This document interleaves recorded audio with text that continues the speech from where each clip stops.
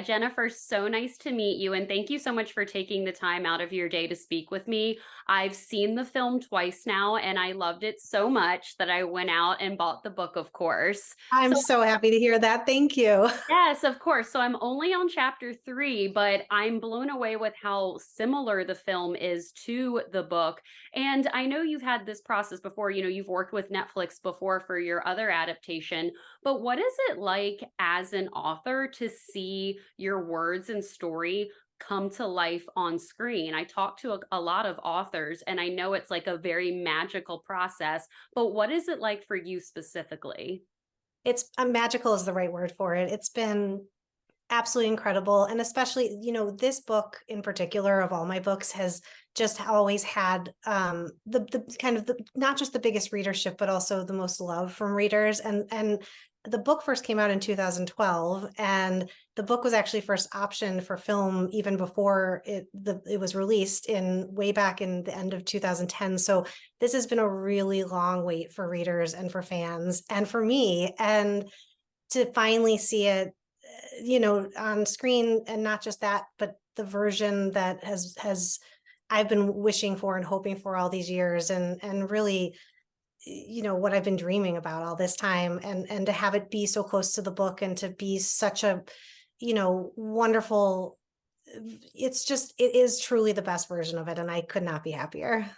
I love that. And yes, I was blown away that it was written in 2012. It's basically like your fans have had like a decade to wait for Yeah. this adaptation now, and I know that they're going to be blown away. Were you in any part of the process in casting Ben Hardy and Haley Lou Richardson? Because I thought that they killed it as Hadley and Oliver. I thought they were perfect. They're so good. They just both bring so much warmth and nuance, and they're just amazing actors. And it's funny. I didn't have a role in casting them, but I think as an author, you want to be working with people who you trust and to be able to do the parts that you don't know how to do. And for me, that's definitely casting. And I just immediately trusted the team to find the best Hadley and Oliver. It was really important to me that they had great chemistry and that they were great actors. I think they just ended up doing such an amazing job. I expect, Haley was cast first, and the minute I heard that it was going to be her, I was so happy because I just knew that this character that has been an imaginary friend of mine for so many years, and that readers have loved for so many years,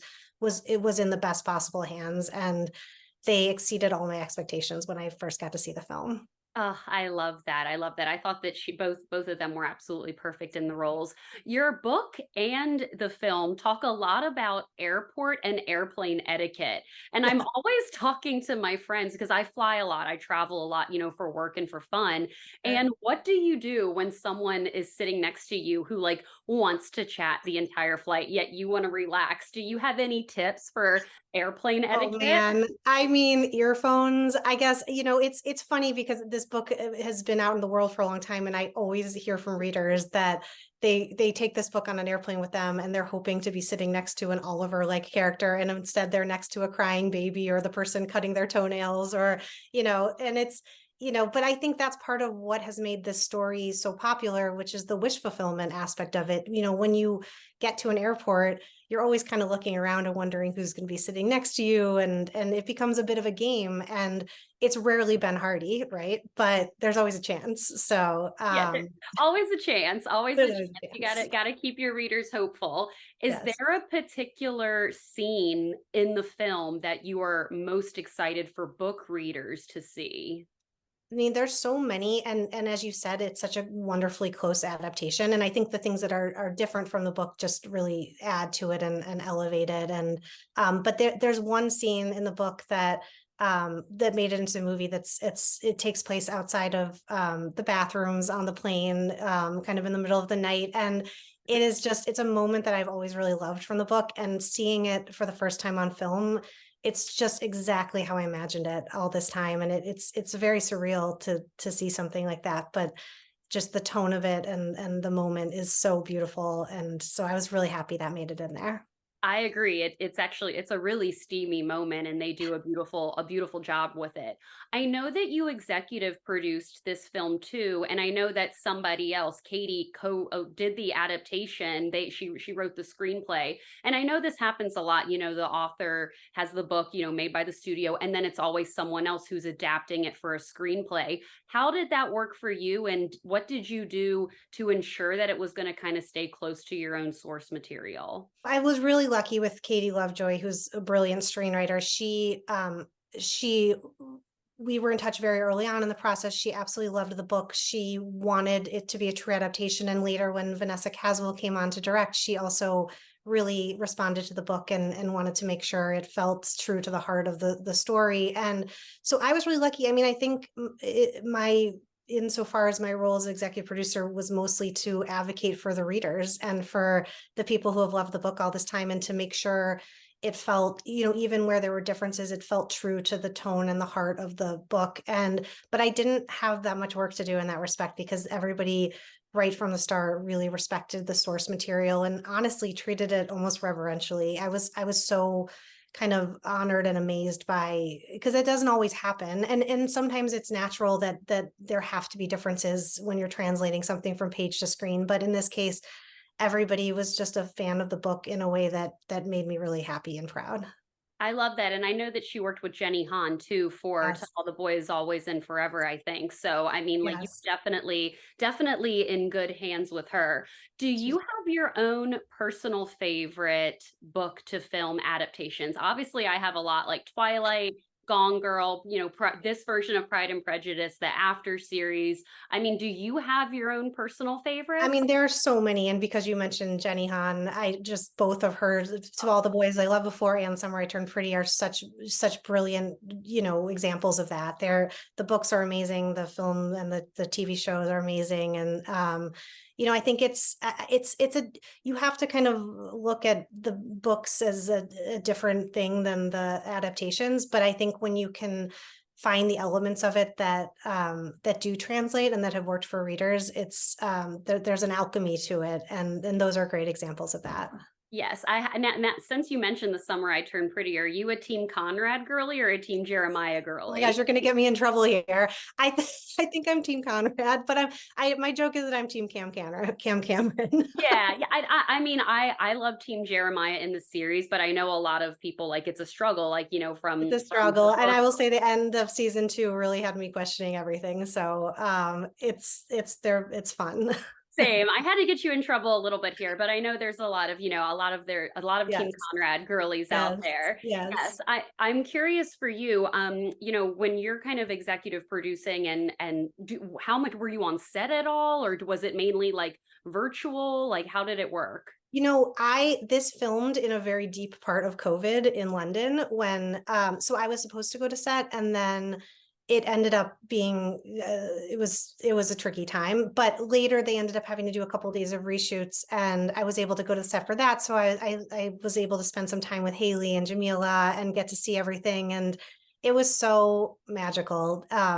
You know, again, like I said, when you're an author, you sit alone in a room with your imaginary friends for such a long time that to then go see it brought to life to see how many people are on set you know making this all happen it's a really incredible experience and you know I had a little cameo that ended up kind of getting half cut because I was supposed to be in line at the ticket booth in the airport and looking disgruntled and stressed and the director kept calling me over and saying you look too happy. And I was like, I am happy. This is my dream come true. It's all happening. So I looked way too happy to be an annoyed airport passenger. So Oh my gosh. Well, you're telling the fans now that you were there, but you were just too you can actually you can see my shoulder in it, but they cut my face because I'm trying too hard not to smile. okay, because I was like, I'm pretty good about picking up on author cameos. Yes. So, Yes. but yes, you're still in there. Well, last question for you, Jennifer, and I'm sure that you've gotten this one a lot, but now that I'm kind of reading the book too, and I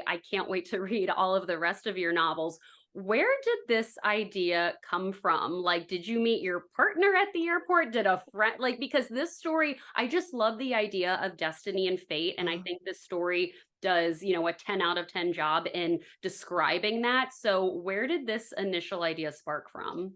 Yeah, I mean, years ago, I took a flight from Chicago to Dublin that was overnight, and this is not a romantic story, but I was seated next to an older gentleman who was reading a book that I had just finished, and we started talking, and we ended up spending much of the flight talking. And when we landed, similar to the book and the movie, we got to customs, and he was Irish and I was American, and so we got separated in the line to customs, and we didn't quite say goodbye because I think we thought we'd see each other on the other side, and then we didn't. And I never was able to shake that story because I thought how wild it is that you can spend 7 hours talking to somebody and making a real human connection and then never see the person again. And that became the spark of the book. And I really in my writing love to explore these moments in time that act as hinges, days where there's a really clear split between a before and an after. So yesterday your life was one way and tomorrow it's completely different. And there's no better example of that than missing your flight by 4 minutes and